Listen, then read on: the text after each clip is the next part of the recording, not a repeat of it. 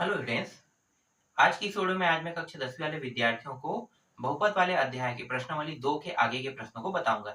इससे पहले वाले वीडियो में मैंने 1 से लेके तीसरा तक के मैंने बताया था और वो भी तीसरा में 2 ही प्रश्न हल किए थे ना। तो तीसरा के दूसरा के बाद आगे जो प्रश्न है उसको इस वीडियो में बताने वाला हूँ। तो तीसरा का जो तीसरा प्रश्न है उसमें a का मान निकालना है और इस प्रश्न में px और gx का मान दिया रहेगा। तो चलो px और gx के मान को लिख लेते हैं, फिर इस प्रश्न को हल करेंगे। तो तीसरा का तीसरा प्रश्न जिसमें px का मान दिया हुआ है 2x का 2 घात,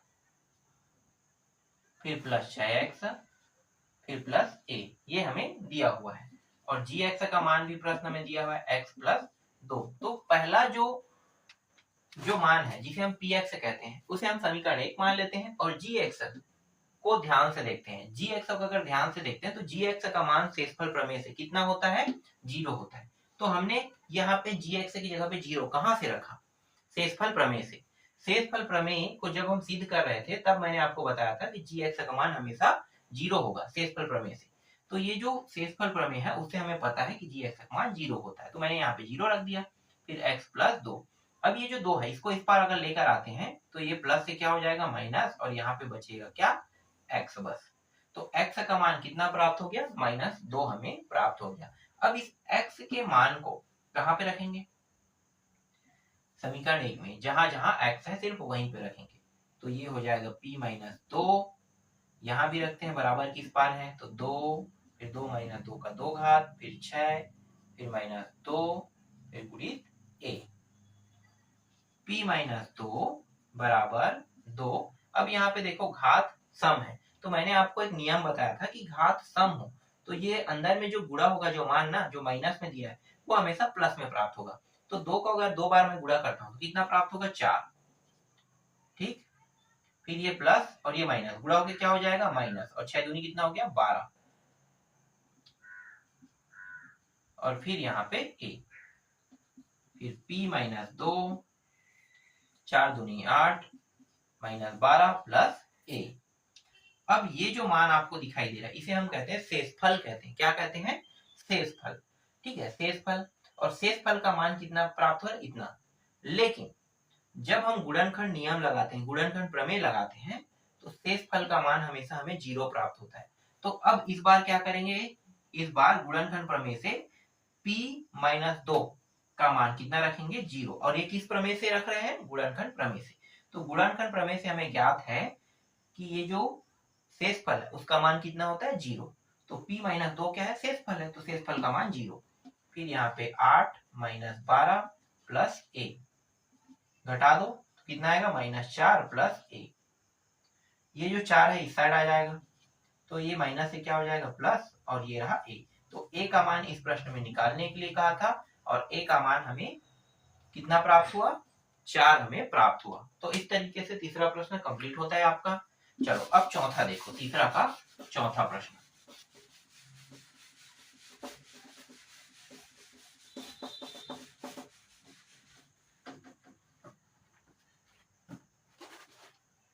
जो तीसरा का जो चौथा प्रश्न है इसमें जीटी और पीटी दिया है, मतलब जी एक्स की जगह में इस बार क्या दिया है? पीटी दे दिया है, तो एक्स की जगह में टी आ गया है। बस इतना ही है इसमें डिफरेंस, ज्यादा कुछ नहीं है ना। तीसरा प्रश्न मतलब जो तीसरा है उसके चौथा में जो पी एक्स दिया हुआ था वो अब जी वो बन गया है, पीटी बन गया है। तो पीटी, तो जहां जहां पे एक्स रहेगा वहां पे अब टी रखेंगे, टी रख के हल करेंगे। तो इसमें जो प्रश्न दिया है उसको देखो, तो ये हो गया टी का 2 घात, फिर प्लस 2at -2a प्लस 3। और यहाँ पे क्या हो जाएगा? ये gt हो जाएगा ना, जी एक्स gt बन जाएगा। तो gt का मान t - 3 दिया है। चलो अब इसको हल करते हैं। सेम नियम यहाँ भी लागू होगा। यहाँ भी क्या आएगा? शेषफल प्रमेय से हमें पता है कि gt का मान कितना होता है? 0। अब x था तो x के लिए gx का मान 0 रखते थे, लेकिन x की जगह t आ गए तो gt का मान 0 रखेंगे। फिर यहाँ पे t - 3, 3 इस पार आ जाएगा, प्लस, और ये रहा t। तो t का मान कितना प्राप्त हो गया? 3। अब इस 3 को कहां पे रखेंगे? यहाँ पे जहां जहां t दिया हुआ है, देख लो यहीं पे है। तो ये हो गया p3 बराबर 3 का 2 घात, प्लस 2a गुणी 3 फिर माइनस 2a फिर प्लस 3। ठीक है, तो P3 3 दिया 9, देखो 3 का 2 घात 9 और 3 दूनी 6a माइनस 2a प्लस 3। ये दोनों कट रहा है ना, मतलब घट रहा है, कट नहीं रहा है, कम हो रहा है। तो ये 4a हो जाएगा, फिर 3 और फिर 9 और ये रहा P3। और ये दोनों को भी जोड़ दो, 9 और 3 को सीधा डायरेक्ट लिख देते हैं। कितना होता है 12। तो यहाँ पे कितना हमें प्राप्त हो गया, 12 हमें प्राप्त हो गया। ठीक है, अब आगे ये हल हो रहा है क्या, आगे हल नहीं हो रहा है। तो अब क्या करेंगे, अगर आगे हल नहीं हो रहा है तो आपको पता है कि गुणनखंड प्रमेय से ये जो शेषफल है उसका मान कितना होता है 0। तो अब इस शेषफल का मान 0 रखते हैं। इससे पहले वाले में p माइनस 2 जो था वो 0 था, अब इस बार P3 ये जो है ये क्या है, शेषफल इस बार, तो ये शेषफल के मान को प्रदर्शित कर रहा है, इसका मतलब ये 0 होगा। तो यहाँ पे इसको 0 कर देते हैं। अब यहाँ पे 12 प्लस 4a बस बचेगा। 12 को इस पार लेकर आते हैं तो माइनस 12 हो जाएगा, क्योंकि इस साइड a प्लस में था, जब बराबर की साइड लाते हैं दूसरे साइड तो क्या होता है, माइनस हो जाता है। तो ये माइनस 12 हो गया, यहाँ पे बचेगा 4a। अब यहाँ पे देखो a के साथ ये किस फॉर्म में है, गुणा के फॉर्म में। तो गुणा के फॉर्म में है तो ये क्या करेगा, ये माइनस 12 को भाग करेगा। याद रखना, जब ये जोड़ना या घटाने के रूप में होता है तो ये अपने चिन्ह के साथ इस साइड बदल जाता है। लेकिन अगर किसी का मान निकाल रहे, जैसे a का मान निकालने वाले इसमें, तो a के साथ किस फॉर्म में था, गुणा के फॉर्म में। तो गुणा के फॉर्म में था, इसलिए ये क्या करेगा, नीचे वाले को भाग करेगा। 4 एकम 4 दिया, तो माइनस 3 जो प्राप्त हुआ है वो हमारा क्या है, a का मान है। तो इस तरीके से चौथा प्रश्न भी आपका बन गया। ठीक है, अब पांचवा जो प्रश्न है वो आप लोग खुद बना के देखना। इस बार क्या है, इस बार भाई जो x है उसके जगह में अब y दे देगा। जैसे इस बार अभी t दिया था, अब अगले में क्या है, y दिया है, तो उसको बना के देख लेना। ठीक है, ये मैं नहीं बता रहा हूँ, डायरेक्ट है ना, चौथा पे चलते हैं। चौथा प्रश्न,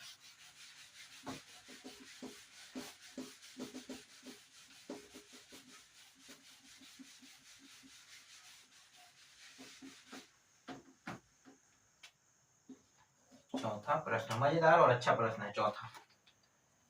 ये प्रश्न काफी मजेदार प्रश्न है। चलो मैं यहाँ पे पढ़ देता हूँ।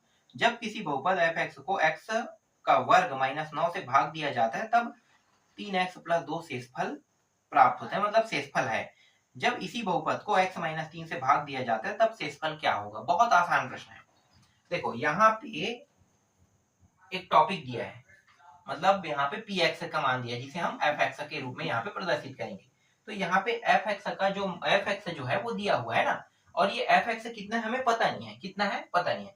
लेकिन इस fx को किससे भाग दे रहे हैं, x का 2 घात माइनस 9 से भाग देने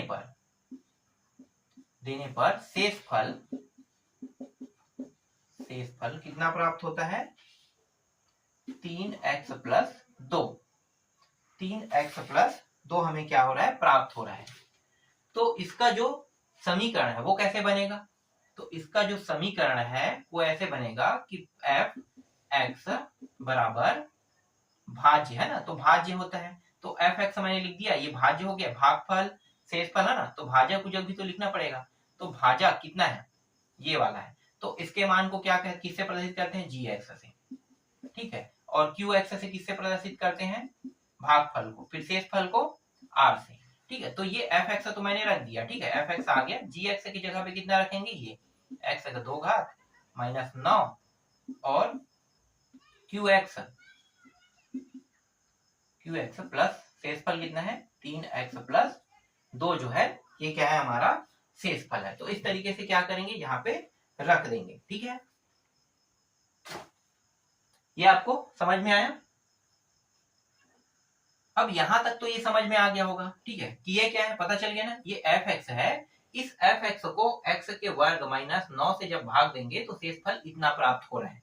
तो इसमें तो शेषफल प्राप्त हो गया है, लेकिन इसी f(x) को जब दोबारा हल करेंगे, ठीक है, और हाँ एक चीज ध्यान देना, जब इस f(x) को x का वर्ग माइनस 9 से भाग देने पर शेषफल हमें इतना प्राप्त होता है, इसके लिए जो समीकरण बन रहा है वो ये वाला समीकरण बन रहा है। ठीक है, ये वाला समीकरण बन रहा है। अब इसी समीकरण को, है ना, ये जो आपको दिखाई दे रहा है, इस समीकरण को क्या करने वाले हैं, इसी समीकरण को हम लोग हल करने वाले हैं। लेकिन उससे पहले ये जो आपको दिखाई दे रहा है एफ एक्स, इस एफ एक्स को फिर से भाग देंगे, एफ एक्स को भाग देंगे, ठीक है, इससे भाग देंगे, एफ एक्स को भाग देंगे इस बार x माइनस 3 से, एफ एक्स को x माइनस 3 से भाग देने पर, ठीक है, तो भाग देने पर, तो इससे जब भाग देंगे तो हमें पता नहीं कि शेषफल कितना प्राप्त होता है। तो अब हम क्या करेंगे, ये जो एफ एक्स है ये हो गया आपका भाज्य और ये क्या है भाजक। तो भाजक कैसे लिखते हैं, जी एक्स से लिखते हैं कि नहीं, लिखते हैं ना जी एक्स, तो x माइनस 3, तो जी एक्स एक्स माइनस 3, तो जी एक्स का मान कितना होता है शेषफल प्रमेय से 0, फिर x माइनस 3 इस पर आके क्या हो जाएगा प्लस, और ये x, तो x का मान कितना प्राप्त हुआ 3। अब ये 3 के मान को कहां पे रखेंगे, समीकरण 1 में रखेंगे, तो f3 बराबर 3 का 2 घात माइनस 9, फिर q3, फिर 3 गुणित 3 प्लस 2, ठीक है, देख लो यहाँ पे हमने भी रख दिया, यहाँ पे ये रहा। आगे हल करते हैं, f3 बराबर, देखो ये 3 का 2 घात और 9, तो ये दोनों क्या हो जाएगा 0, और 0 के साथ इसे पूरा गुणा करेंगे 0, तो पूरा मैं 0 रख देता हूँ, ठीक है, ये पूरा 0 हो गया, 3 दिया 9, 9 2 11, ये 11 हो गया। तो यहाँ पे जो शेषफल हमें प्राप्त हो रहा है वो कितना प्राप्त हो रहा है, 11 हमें प्राप्त हो रहा है। देख लो शेषफल कितना प्राप्त हुआ, 11, यही क्या है इस प्रश्न का उत्तर है।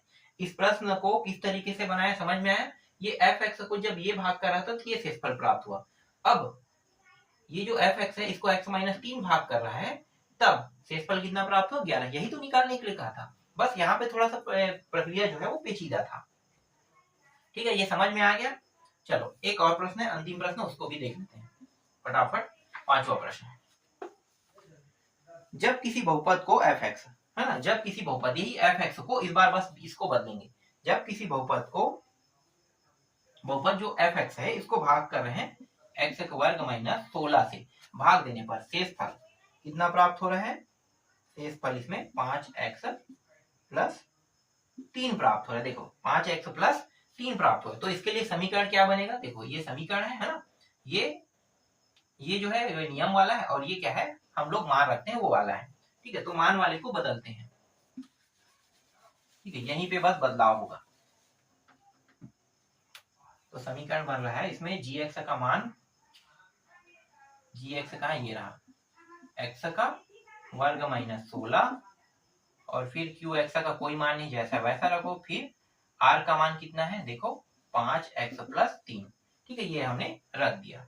अब वापस क्या कर रहे हैं, वापस जब इसी f(x) को, ठीक है, इसी f(x) को दूसरे संख्या जिसे हम x प्लस 4 कहते हैं, ठीक है, यहाँ पे बस लिखेंगे x प्लस 4 से भाग देने पर हमें शेषफल निकालना है, तो भाग देने पर, तो ये क्या है x प्लस 4 जो है वो gx है ना, तो gx की जगह में रखेंगे, तो gx का मान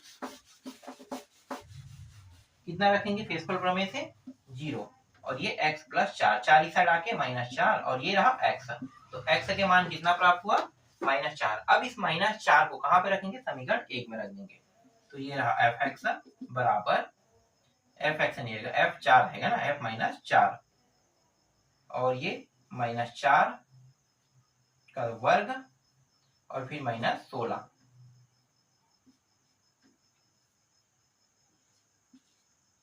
फिर q माइनस 4, फिर प्लस 5 गुणित माइनस 4, फिर प्लस 3, ठीक है, सभी के मानों को हमने रख दिया, तो ये f माइनस 4 हमें प्राप्त हुआ। तो देखो ये 4 चौक 16 घात के सम है, मतलब इसका मान प्लस में प्राप्त होगा, 16 माइनस 16 इस तरीके से, और q माइनस 4, फिर ये दोनों को देखो, ये प्लस माइनस है, गुणा होके क्या हो जाएगा 5 चौक 20 माइनस 20 आ जाएगा, फिर प्लस 3, ये दोनों 0 होगा, है ना, 16 प्लस और 16 माइनस अगर घटाते हैं तो 0 प्राप्त होगा, 0 के साथ अगर इस पूरे का गुणा होता है, देखो q माइनस 4 का गुणा क्या प्राप्त होगा 0, यहाँ पे आ गया 0, फिर माइनस 20 प्लस 3, और ये f माइनस 4।